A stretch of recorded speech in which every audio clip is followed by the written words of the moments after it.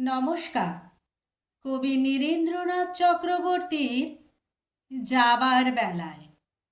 নদীর পাড়ে দাঁড়িয়ে আছে দীর্ঘদিনের বন্ধু যারা, তাদের আমি দেখছি, তবে দিচ্ছি না আর কাউকে সাড়া।